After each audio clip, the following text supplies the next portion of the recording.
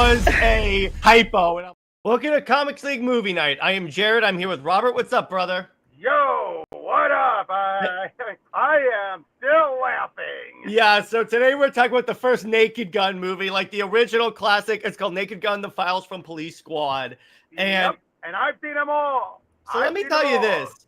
This is the thesis of this episode. This movie aged like the finest wine, because there are some comedies from like back in the day that don't really age well. You're like, that's not funny. Or like, Revenge of the Nerds does not hold up at all. Yeah, but today it's like I rewatched this today, and I'm like, no, I was still laughing my ass off with this. Yep, but you know what?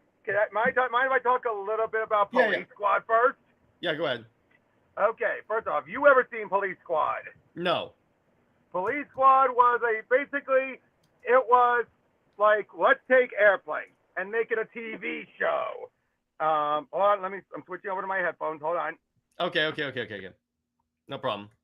Okay, there we go. Yeah, and then so it's like, what if? And so for 6 episodes. Unfortunately, the show got canceled by the second airing of the second episode. Why? And only 4 of them got aired. Why? Because people actually had to watch the show. Okay, What that means is, you know, even back then, in the 70s and 80s, you had shows where people would turn on and have them be playing in the background. You couldn't do that with this because they were playing it so straight that you miss a lot of the visual gags. Like, for example, them carrying out a super long stretcher. If you're just listening, you're not going to hear that. But then you'd have some classic lines like, "We're sorry, ma'am. We would have been here sooner, but your husband wasn't dead yet." You know, jokes like that. But even then, the guys involved were like, it's a good thing he ended at 6, because when you look at it, each episode represented a different type of cop drama story. You know, kidnapping, extortions, all of that. Yeah, they would admit they ran out of ideas by the 6th one anyway. So, exactly. But for this movie, they decided to go a slightly different direction, as opposed to playing it up where everyone is playing it straight like they're in a serious movie, but the dialogue is so ridiculous. They instead have it be these people are in a comedy, but they don't know they're in a comedy. Yeah, exactly. So to start off with this, the movie starts off with our protagonist Frank is on vacation in Beirut, and he walks in on essentially the Legion of Doom, if it's made up of the biggest a-holes of the time, like Gorbachev, Yasser Arafat, like Gaddafi, the Ayatollah, all that. And then he shows up, and as soon as they start insulting America, he burns the Ayatollah's hand with like pee, and then starts like attacking everyone. And if you've seen Family Guy, you know this joke. And the visual gags just start almost immediately with Frank. So you know how like Gorbachev had a birthmark on his head? Yep. He rubs it off and goes, "I knew it. I know." That was, and it's like he's like punching like the Ayatollah like he's a speed bag. Then he punches him so hard his hair turns into a mohawk. No, he knocked off his turban, revealing a mohawk. Oh gosh, that is so good. But so he goes to escape. Like, who are you? Lieutenant Frank Drebin, police squad. And then the doors close in him in the face, and he falls off the window. But you only hear it like, "Whoa!" Yeah, exactly. Which, and then we get what would be a staple of the movie series, at least of the first 3, where it's like the opening credits are from the perspective of on top of a police car, but it's a police car. But he's going through all this crazy stuff. They had to record all of this on their own. Yeah, exactly. Really? Yeah. They had to record all of this on their own because not all of that was stock footage. Some of it they had to record on their own. Oh, that's cool. So, yep, but again, if you remember the Family Guy episode, like, "I'm Stewie Griffin, and don't let me catch you guys in Quail again," and then you see him on his bike and everything, that's based off of this. Okay, I see. So then we open. The movie cuts to Los Angeles, and Nordberg, played by OJ. Oh boy. Okay, I'll say this. This is cathartic watching him in this because he gets his butt kicked. Yeah. So I love where he goes into the movie is like getting ready for him to kick a door in, but he kicks a hole in the door, and he's like, I know it. Drop it. Only one guy dropped it. The other guys are like, the hell, dude. yeah, there's like 20 of us. So they start shooting him, and then he like does the dramatic fall. Where Like, but he runs into a wet paint. Then he goes, yeah, and then he falls off, and then he falls into the water, and then a hard cuts. There's a lot of hard cuts in this to Frank coming back from Beirut, and he's picked up by his lieutenant, and they're driving, and then Frank's girlfriend has just left him, and I love this is one of my favorite jokes in the movie. He goes, everywhere I look, I'm reminded of her, and he sees like these two big like silos that look like boobs. Gee, you wonder what? But yeah, George Kennedy plays Ed. Yeah, I love this. And then Which, you want a funny thing? You know why he got that role? It was an apology because he wanted to be in the airplane movies, but he couldn't because he was in the airport movies. So they made it up to him by giving him the role of Ed. Well, that works. I like that. So they show up at the hospital to see Nordberg, and I love this. Nordberg's wife is like crying, and Frank snot and everything. Yeah, and Frank has like no filter. It's like he goes, anyone could have done this. A gay lover, and I go, it's like unless he's a vegetable, but that's just common sense. Yeah. Like we're not going to stop it. I love you. Yeah. When he said I love you, he was talking about the boat. I know that now. And then like we're not going to stop until we get him. And let's go get a bite to eat. Yeah, exactly. So so essentially they stop by the like pier where Nordberg was, and again a lot of this. As Robert said, you have to pay attention to this movie because you miss like half the humor if you go. Mm-hmm. I know. Now for a movie, you're able to do that. For a TV show, you couldn't. But get this: the guy that he's actually bribing and everything, or bribing him for information. That's a joke that works if you saw the show because he actually had a different guy who he would pay, who was a shoe shine boy, but he was the snitch, and thus you would pay him, and he knew everything so long as you gave him money. So if you in the deleted scene that was in the TV edit, it's actually revealed he's the son of that guy. Okay, I see. That works. So that's a joke that works better if you actually watch the show. That's probably why they cut it. Yeah, exactly. So then so then they look, so you know how like at a police crime scene they have like the chalk outline that shows the body language? Yep. They have it literally floating in the water. I know.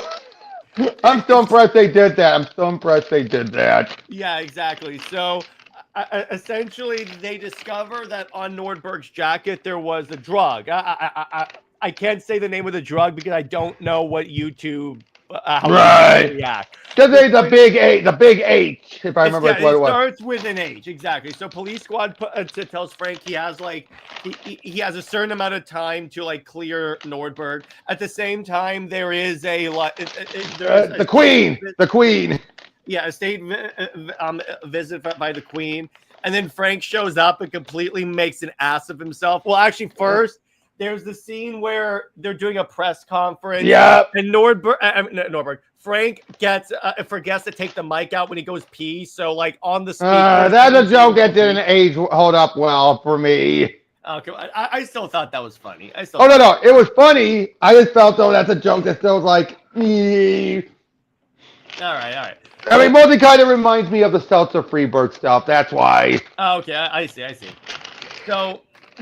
Next up, what happens is so they go to like the Queen, so a state dinner to welcome the Queen, and can I say, I love how they like play like they practically play the Star Spangled Banner for the Queen of England. Like, remember when we left you? Yep. I love that. They got a good look-alike for the Queen at that time.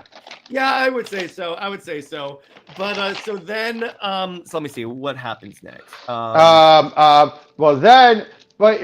Shenanigans happened.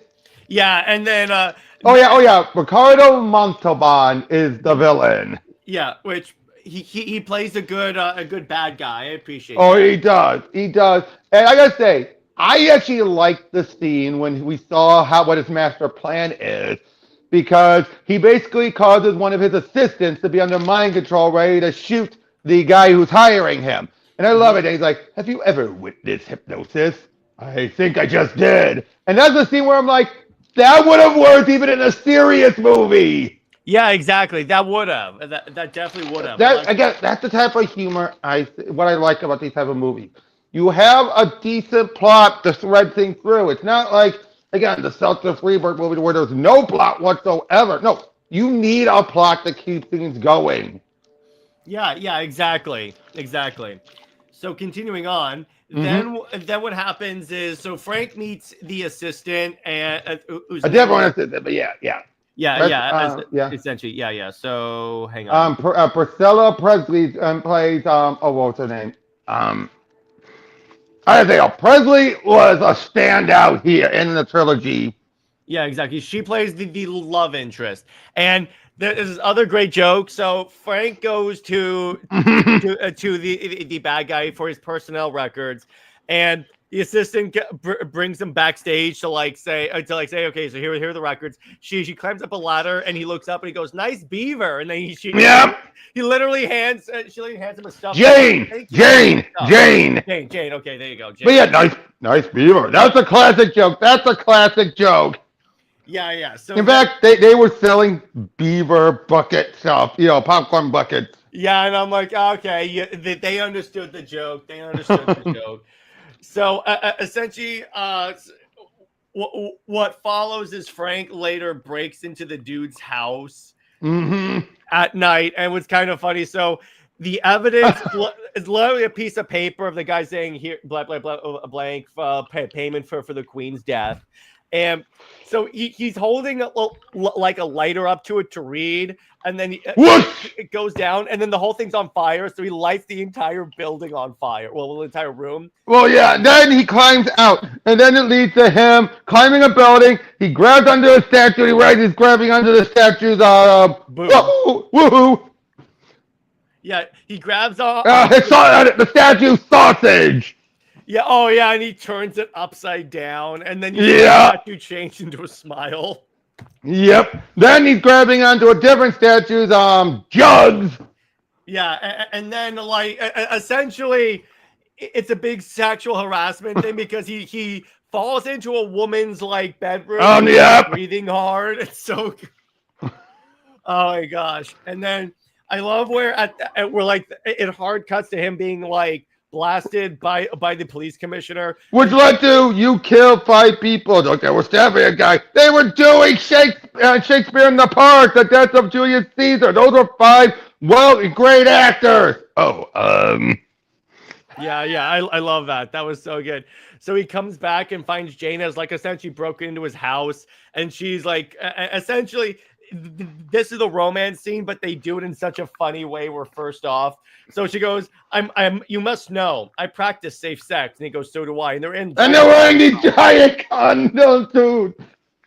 Literally body condoms. It's so good. And then, you can't get more You can't get more safe than that.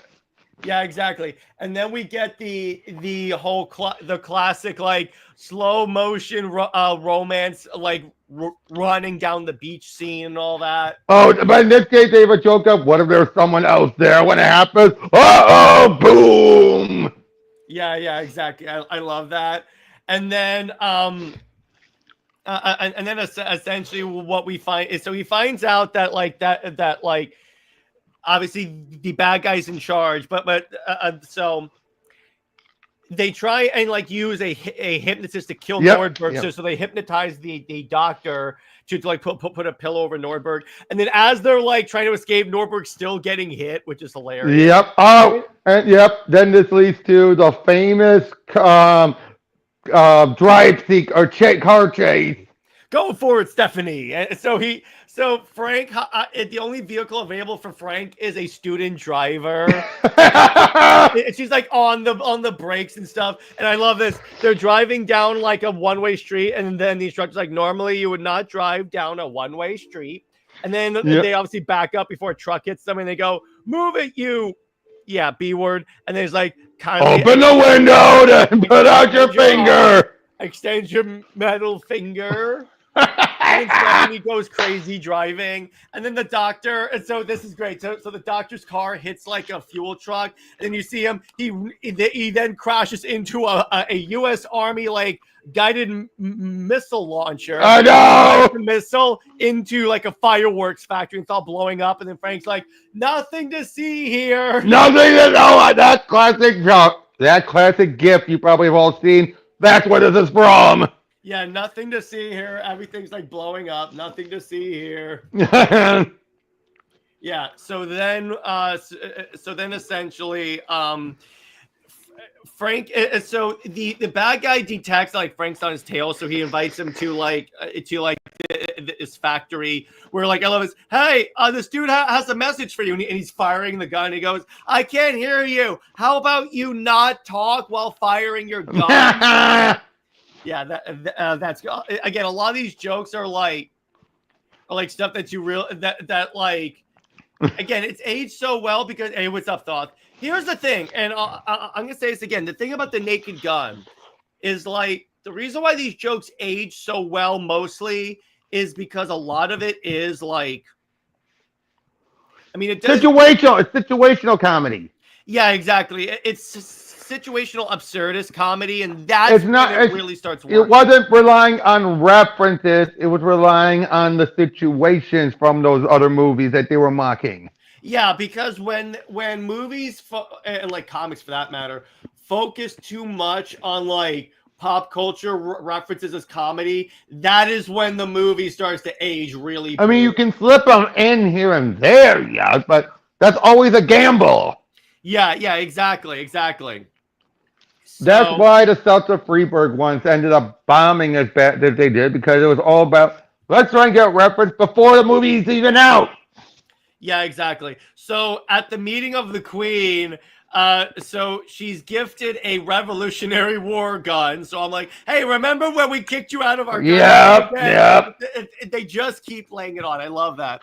And then Frank sees like the dude aiming a musket at the Queen. Yep. He tackles her to like essentially protect her, and then it becomes an international incident, and then he's fired from police squad, and then he's like cleaning out someone else's desk. Yeah, the guy who's off screen, like that's my desk. Oh. Or it's like where he goes, the missing evidence in this file. He really was innocent. Dude, he went to the chair 10 years ago. Oh, and then that's where you're like, I'm not a good cop. That's the one where it feels like he's thinking like, I'm not a good cop. Yeah, exactly. So then they discover that like that the bad guy's plan is to hypnotize one of the baseball players at an upcoming Angels game to kill the Queen.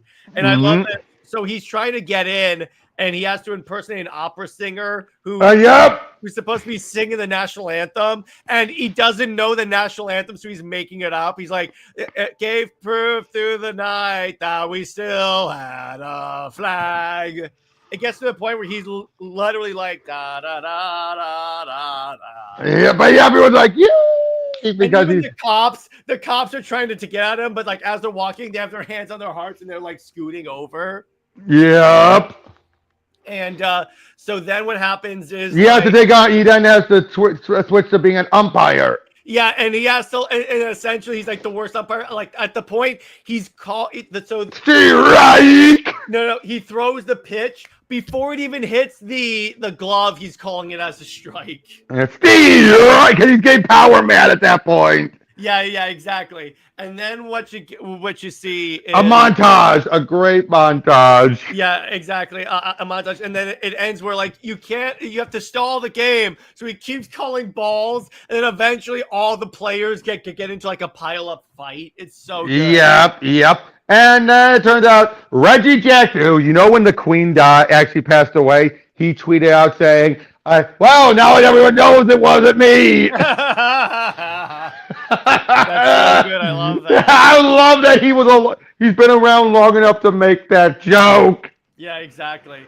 But yeah, so he's the one who's being hypnotized, right, to shoot him. At the same time, Montalbán realizes Jane has been, helping Frank out. Yeah, and then Frank, I love where he's dragging her up the stairs, and she turns into an obvious double. He's whipping her around and stuff. Yep. Oh, and Frankie's ready to shoot a dart at the guy, at Reggie. Misses, hits this fat woman. It was like, ah! And he falls on like Reggie and saves the queen. Yeah. He goes after essentially Montalbán. Yeah, that's it, Montalbán. Yeah. Yeah. Frank takes a hostage himself. He's like, "Who can play at this game?" That was also from Police Squad. Yeah, I love that. And then essentially he shoots Montalbán. You killed him. No, it's just stunned. He'll be all right. He falls off, and then first he's run over by a bus, then he's run over by a steamroller. And the worst part, the part that makes them all wins, he's run over by a marching band playing Louie. Oh, and of course Ed, my daughter went the same way. Yeah, I love They're there. And then I love where so then he proposes to Jane, and he goes, "I was waiting until we're all alone," and it's all on TV, and then it makes people say, "I love you, man." It's like even like the dog and the mailman. Yep. Yeah, I love that so much. And then the credit gag. Yeah, that I've seen the credits for a screenshot of the credits from the new one, and then they continue that, so they have the credit gag. So what do they do in this one for the credits? And this one, for a lot of screenshots you saw were from the old ones. Oh, really? Yeah, like the dressing one, that was from the old one. Okay, that makes sense. I like how they do that, and then the movie ends. Now, again, see, here's the thing. And obviously, it gets more hilarious as it goes on. Like, my favorite joke is actually from the third one, where he goes, "Like a small person on a urinal, I was gonna have to stay on my toes." Yep. Or like, "The truth hurts, doesn't it? Oh, sure, maybe not as much as jumping on a bicycle with the seat missing, but it hurts." What's your favorite joke from these movies? From this one in particular, there's so many. Probably my father went the same way, because I was just like, wait, what, Ed? What? Yeah, exactly. He got run over by a marching band. And all that other stuff like that. The exact same thing happened to your dad? Really? Mm-hmm, yeah, exactly. Again, there's so much good jokes. And trust me, the trilogy holds up. Even the third one, while the weakest of the trilogy, holds up. And I'll say this. Going back over the trilogy, I will place the new one beneath the first two, but above the third one. Really? Oh, yeah. And that's good. Trust me. That's good. Yeah, and it's because with this, it blew me away how much of this is still funny. Like, and get good comedies hold up. Good comedies hold up. Yeah, exactly. And it's like, again, it's because it focuses on universally funny humor. That's the thing about it. And I'll say this, even some of the politic jokes, like here's a politic joke from the second one. It's ancient history. I thought that was the Democrat. Or the city's full of baboons. I thought that was because of the voters. Or like, I want to live in a world where the Democratic Party will put up a candidate worth voting for. I go, oh my God, that's great. But it again, it's like all those jokes are like, you could flip that as well. So it's not like, yeah, it's not like it's making fun of one group. That's the thing. It literally makes fun of everyone. Exactly, and that's what I love best about these movies. Yeah, exactly. And it's like, it's again, it's like, it's good to, and you notice with the new one from what you've told me. Yep. The reason why it's so good is because the guy behind it was a big fan of these movies. It clearly shows, even in the trailer. But it's like, see, again, Hollywood. This is what happens when you actually put fans in charge of stuff instead of just random activists. And it's rapid fire comedy where even if the joke doesn't land, you have another joke coming up right next to it. Yeah, exactly. So it's like you don't really have it's not like, because what I say, even for this movie, would you say all the jokes land? Probably not. Not all of them, but it's like, and then it's followed immediately by one that somehow lands. So it's like, like for example, the state sex body kind of was more like a what, and then they kind of led into other jokes. Are like, okay, yeah, exactly, and it's like it doesn't hurt that Leslie Nielsen is such a comedy king. Like the fact that he says all this stuff with a straight face. Not as straight as he did in Police Squad, but still straight enough. Yeah, it's straight enough. But I'm watching this and I go, I would love to see like the outtakes. How long is how many takes they took with this? And I'll say this: Liam Neeson is the perfect successor. He is that perfect one because when you look back, how much of his old speeches did he sometimes come off kind of over the top, silly?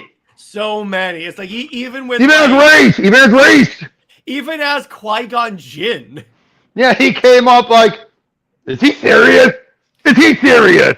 Yeah, exactly. And that's what because at first I was a little concerned because I personally have never seen Liam Neeson in a comedy like that. Was the point.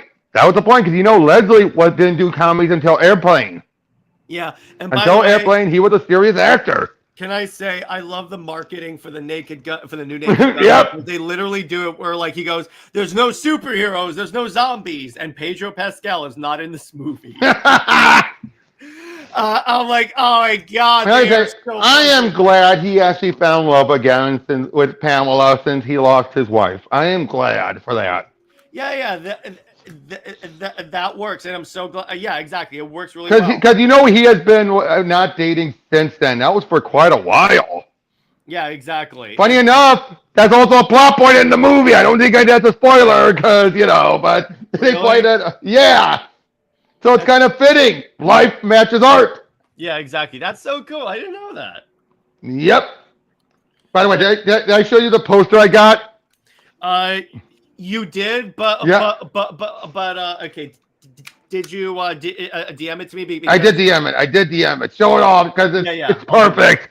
I'll do that. I'll do that. Hang on. Let me do this. All right. So Robert, let me do this.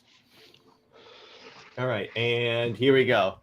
I love this one. This is such a good idea for a poster. Hang on, my mouse is screwing up right now. Oh, I hate that. I hate when that happens. I really hate wireless mice sometimes. I know, but they're sometimes better, than anything else. I know. All right, here we go. I want you to pull my finger. I want you to pull my finger. I love this. I also love the one where he goes to like ESPN and he's like, there have been so many bases. Oh, you mean stolen bases? That's just part of the game. Is it? Or like this poster was not made by AI. All the different fingers. Yeah, or it's like, watch out. He's getting he's very hands-on. Yeah, he's armed. Yeah, he's very armed. I love that. That's so good. It's like that's how you know that like that like again it's like that's how you successfully make fun of like you update a comedy for lack of a better term for the modern audience. I can tell you I won't tell you how the joke is, but I can tell you they do make fun about police accountability. Okay, yeah. And and body cam and everything, they do make fun of it. I won't say how. I will say I love the trailer where they're shutting down Police Squad and they're putting up a Spirit Halloween. Yeah, oh, yep. That is so good. Yep, that is. It's like they're barely even closed and there's already a Spirit of Halloween. Yeah, exactly. But overall, this whole franchise holds up. It really does, and it's one of those things. Yes, it's mature, but it's not mature enough that like you can't show it to like PG-13 for a reason. Yeah, it's like yes, there are a few like innuendo jokes, but you just won't won't understand the joke until you like get in the second one. you have the innuendo jokes of a hot dog or a train going through a tunnel. Mm-hmm. Yeah, Get exactly. it? Get it? Yeah, exactly. You know, some of those type of, more visual innuendos, but they have jokes like that. But again, those are not R-rated. And I think that's going to be one of the advantages this movie's going to have. It's not an R-rated comedy. It's a PG-13 comedy. Yeah, and that's the other thing, because too many jokes and too many comedies, at least nowadays. Here's the thing. Rely too much on like shock humor or even like the F-bomb, if you will, and stuff. But this doesn't, because it's actually written well, because to a degree, and my dad actually summarized it perfectly, where it starts to become where like a lot of comedies nowadays are too reliant on like very vulgar humor. Yeah. Like even if you watch like movies like, let's see, what's another, like Neighbors or anything like that, it relies too much on like sex and drugs and all that stuff. Or go back to another old one, Revenge of the Nerds. Yeah, exactly. And I'm like, you notice those are the ones that no one talks about anymore. Or they talk about cringily. Yeah, or it's like, here's another example, Thor: Love and Thunder. It's like any of those comedies. It's like, yeah, it's like, look, it doesn't like, they don't age well when you write the humor this way, or you rely too much on fart jokes. Like even in this, there are a few like literal fart jokes in this, but again, it's few and far between. They choose the proper impact of it. Because here's the thing: if you go to like, if I were to like, if I had a clip that I played multiple times, like 5 times every stream, eventually that would get old, right? Exactly. That's why it's like, even with the lowest one from Ace Ventura, I only play it once per stream, if at all, because it's like, it's hilarious in that. But you just do it once, because guess what? Then people don't get tired of it. They're like, oh, okay, that's funny. That's funny. I like that. Mm-hmm. Or it's like, here's the other thing. Compare this to like Superman. And here's the thing with now Superman was less like stupid humor than I thought it was. Here's the thing. I'll give it credit where credit is due. The difference between this and Superman, this doesn't repeat the same joke over and over and over again in the same scene. Okay, fair. Except, oh yeah. In this movie, yeah. Sorry, I was about to say about the new one. I don't want to spoil that one. I'm talking about this movie. They don't necessarily, or because too many times in like the Superman movie, and this was my one concern that actually, like, for lack of a better term, like lived out, in other words, fulfilled, is that Gunn because Gunn has a tendency of doing that. He will hammer a joke so hard to the point where I'm like, just move on. Mm-hmm. Mm-hmm. Where with this, it doesn't do that, because it has its impact. Because here's the thing. This thing knows it's a funny movie. Yep. So it's not reliant on one joke to constantly make you laugh. Yeah, now I'll say it, in the new one, there is a joke like that at the beginning, but it's also a type of joke where it's like, it's one of those jokes where repeating it, but it gets the joke of it across. You're like, yeah, you know what I mean by that? Like the type of repeating joke where first it's like, Here's the difference, Robert. It's like repeating a joke once, that's fine. I can kind of bear with No, I know. When you do multiple repeats of jokes all the time, it just sounds like you're trying to pad time. This does not do that at all. Oh, no, I know.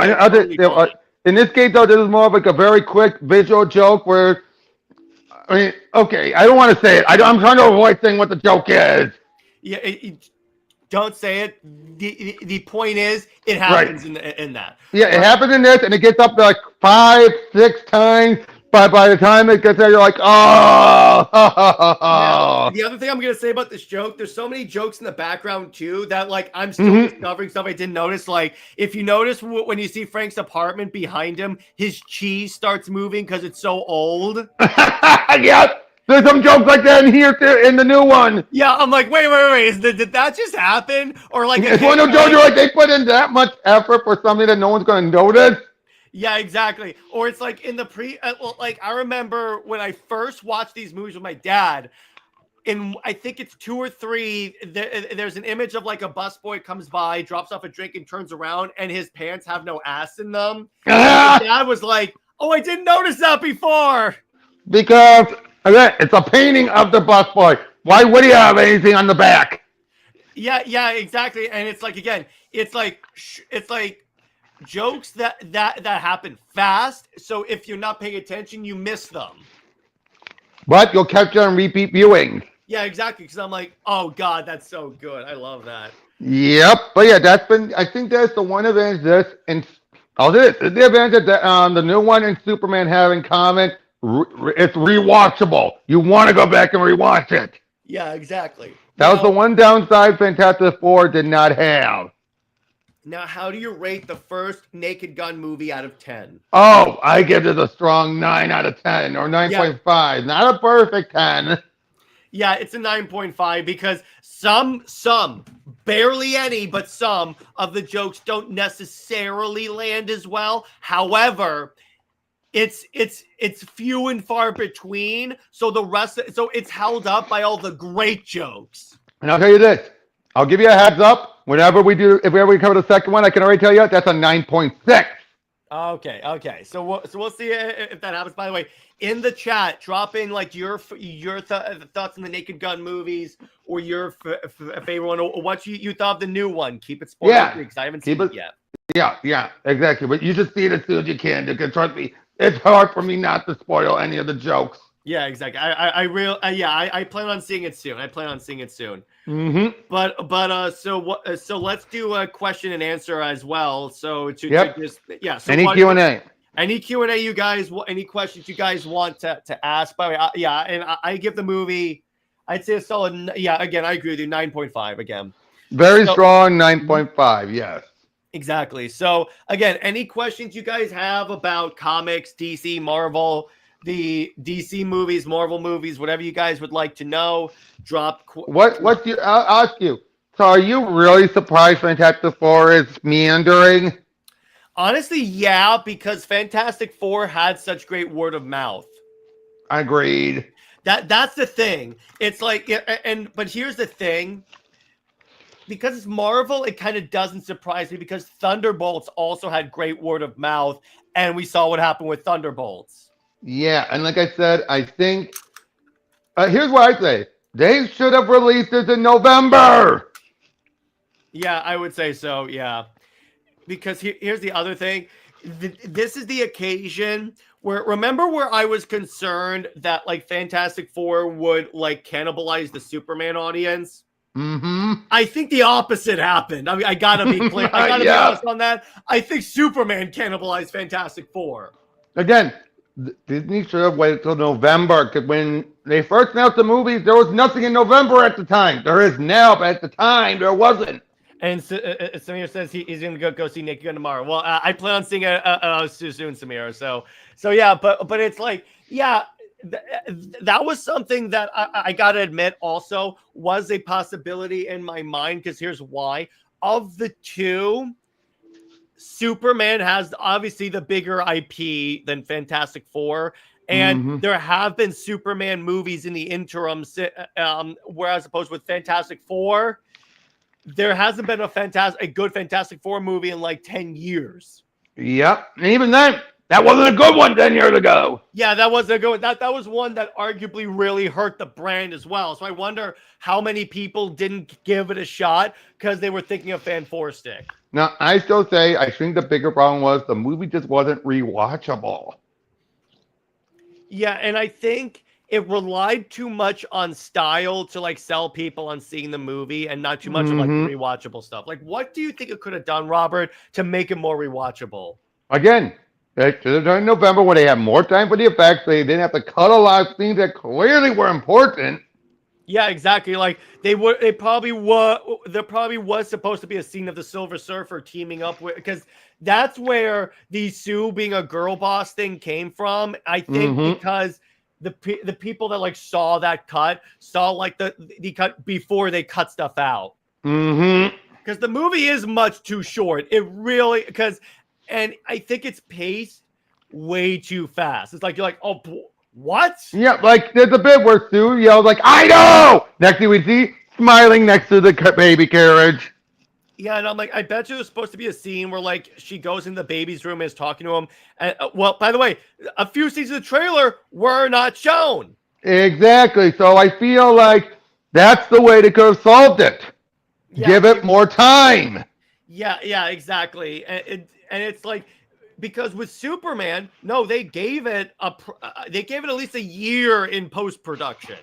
What we got felt complete. Can we be honest on that? This felt complete. There might have been a few moments here and there you could have added a little more, but not as bad as Fantastic Four. Yeah, Superman felt like a complete story. It's like, okay, there were some plot holes, but that's mainly because of like some logic that I wasn't buying. But as far as telling a story with a beginning, middle, and end, it didn't feel like, at least to me, that stuff was like left out. Now I'll say this. Fantastic Four was not as bad as a BVS, as much as things chopped out. Oh, but, oh God, no. But I'll admit that. But it was kind of close. Yeah, because here's the thing. With BVS, that's why I always tell people and why I never watch the theatrical cut. Even though the theatrical cut, for the most part, works as an independent movie. When you get to like, because here's the thing, they cut out the explanation of like the lead in the wheelchair, so you think that like Superman just let the thing. And I get what from a story perspective of like he was so like frazzled by humanity turning on him that he didn't see it. But I'm like, enough would have happened. Superman's the one character where you really can't go with that excuse. Mm-hmm. And then that's why I tell people. I was on the Lethal Geeks a while back, and they asked me, "Are you a theatrical cut or like an ultimate cut?" And I go, "Ultimate cut." And I even told people when I talk about Justice League or Batman versus Superman, assume I'm talking about the director's cuts. Right, exactly. Because it's kind of funny, Robert. As soon as the Snyder cut was announced, I legit deleted Justice League from my computer. I'm like, well, I no longer need you. Right. But it's like that, and that's the thing, and that's also when years ago we did a stream about the strengths and weaknesses of Snyder, and this is a weakness I gave him. Now, as a fan of his movies and a fan of these characters, it's not like a thing that like I think is bad, but as far as the general audience, Zach has a great idea, but he has trouble telling it in a relatively small package. Mm-hmm. Such as 2 hours or so. By the way, Sasimir says it's crazy if F4 is going to have a 65% drop. I saw as high as 80, by the way. Yeah. Yeah, and for a Marvel movie, that makes two movies that the critics and fans have for the most part loved that have just fallen apart like monetarily. And I go, that should tell you something, because you also had Pedro Pascal in this, who's apparently getting cast in everything except for Naked Gun. But it's like yeah. And to Robert's point, it's like there wasn't that much to make people want to go see it again. So it's like, besides maybe the style, or like if you didn't get a chance to see it the first time, but then you get into people saying, because I guarantee you that the following happened. People were going to see it, but then they were like, I'll just wait until like it's on Disney Plus. Because if you notice, Robert, like that's what they've been doing. Like with Blue Beetle, when a movie bombs really bad and people go see it and they're like, oh, this was a good movie. And I go, mm-hmm. Yep. I'll say this. I think that, as some people have been saying, the age of Marvel is over.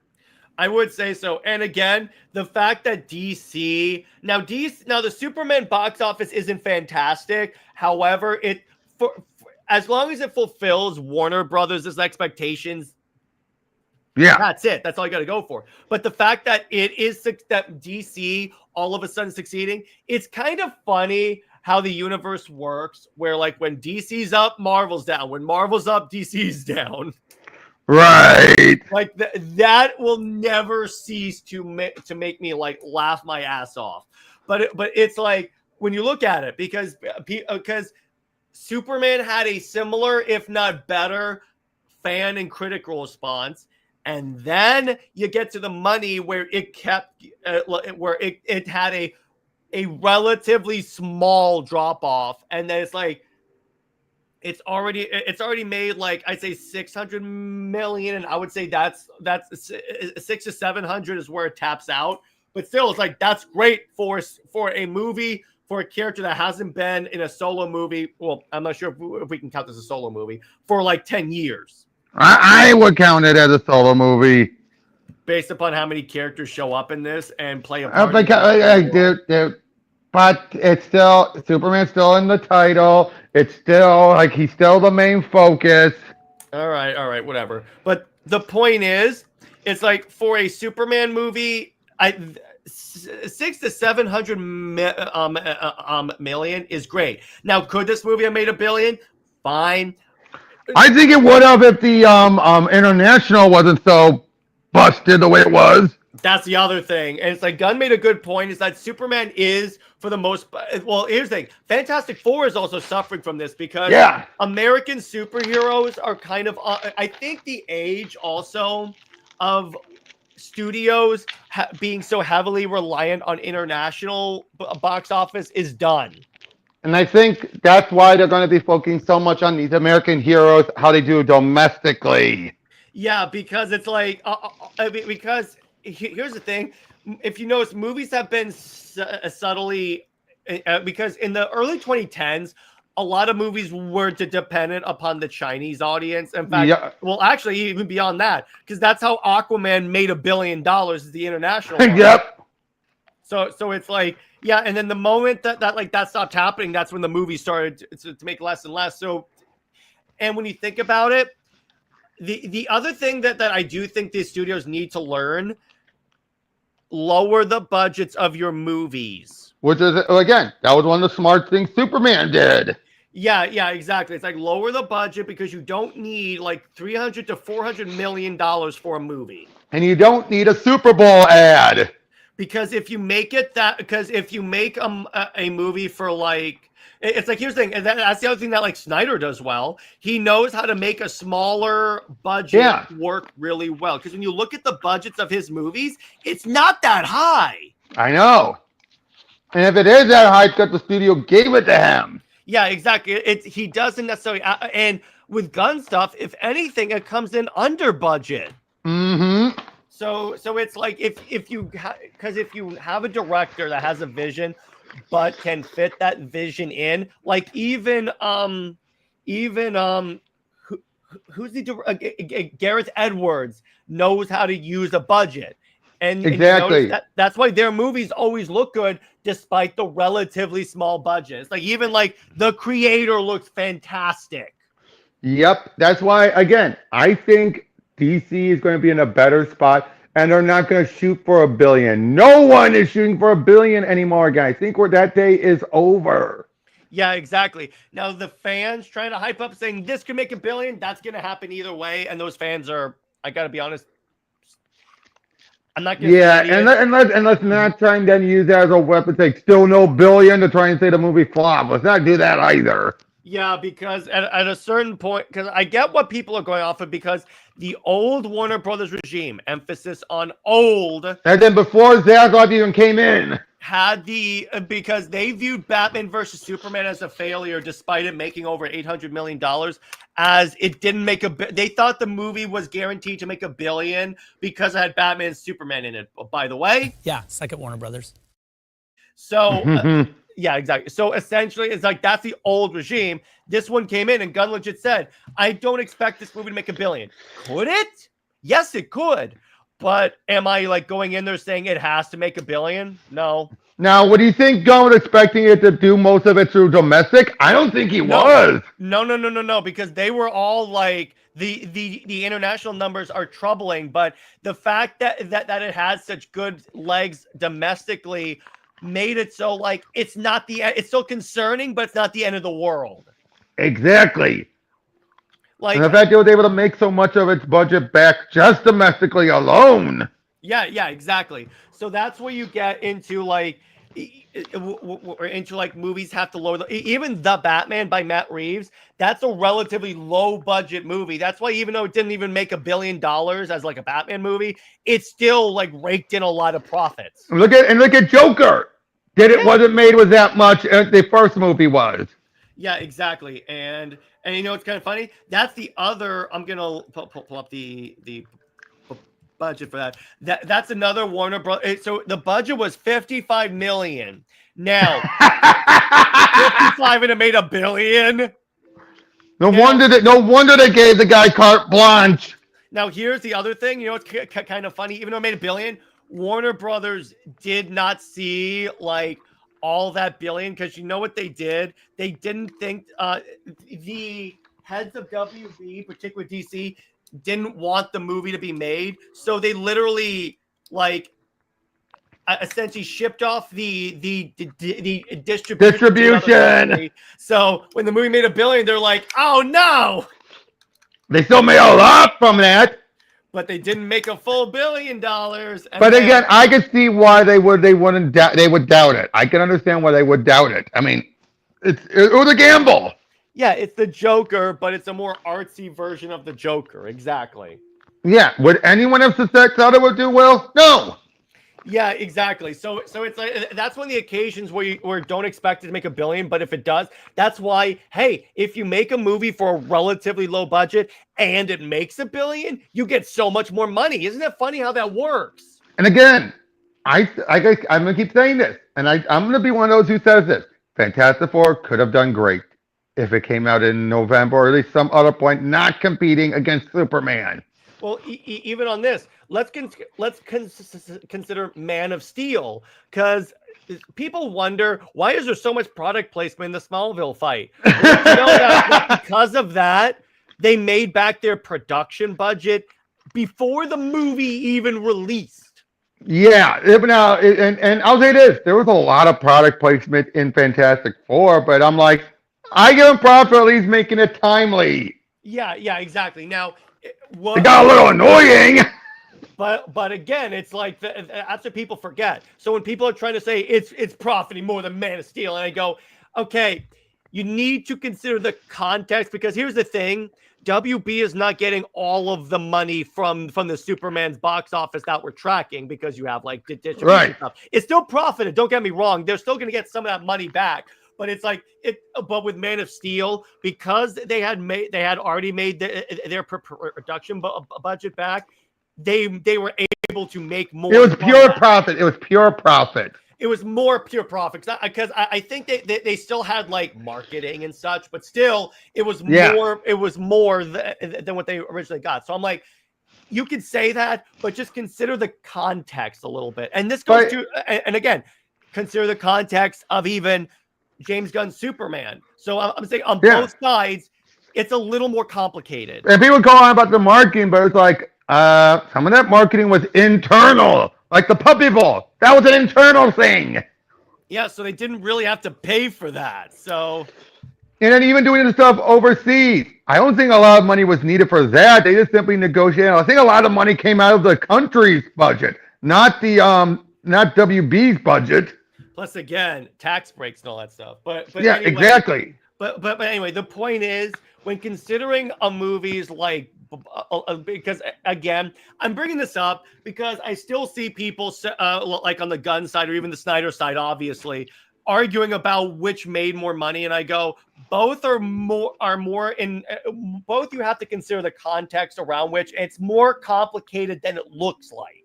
Exactly. And I'm saying both sides. Again, I have to emphasize this. I'm saying both sides, exactly. Sides. And I'm like, and again, it's like, I can't believe I have to keep saying this. It's okay to like both.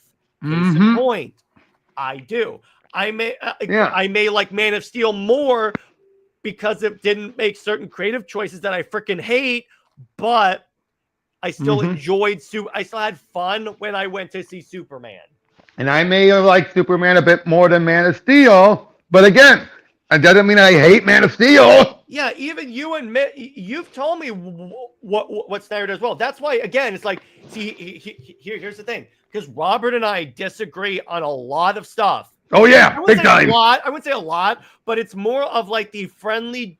Agree to disagree. Yeah, exactly. And it's like we give each other like, here's a way to think about it, here's another way to think about it, and it's like, okay, it may not change our minds, but at least we understand where the other person's coming from. We might try to change the other person's mind sometimes, but then be like, okay, we're not getting anywhere. Oh, moving on. Yeah, it's like, okay, neither of us has to be right. But anyway, Exactly. I think that's a good place to leave it. So into the Comics League, Super Wonder Legacy, Brent and I are going to talk about Justice League action, how Superman and Wonder Woman were portrayed in that. Wonder Woman. So Amazon Answers is going to be on, I think, a Tuesday because I can't do it tomorrow. And let's see what else. Wonder Woman Wednesday. I'm going to be talking about why Diana is a better character than Lois. And and then Under Two Capes, we're going to be doing an episode on which 90s animated cartoons we think need a revival. And yeah, that's about all I got. So Robert, where can we find you and what we got coming on your channel? Links down below. I've been getting my Naked Gun reviews out. My friend Asne, because he just watched it, we're going to record our own take on our own review on the new one. Get that out by tomorrow evening. And then after that, I got a bunch of PTNs that I'm getting ever so closer to 600 already. Heck yeah. Heck yeah. What are you doing, right? I'm going to get 2 Centennials out within 1 year. Because at the rate you upload, it's no surprise. yeah, exactly. But anyway, so stay heroic, everyone. Remember, Lois Lane is Lois Lane. She belongs to General Zod. So is the Maximat for life. I'll see you later. Bye-bye.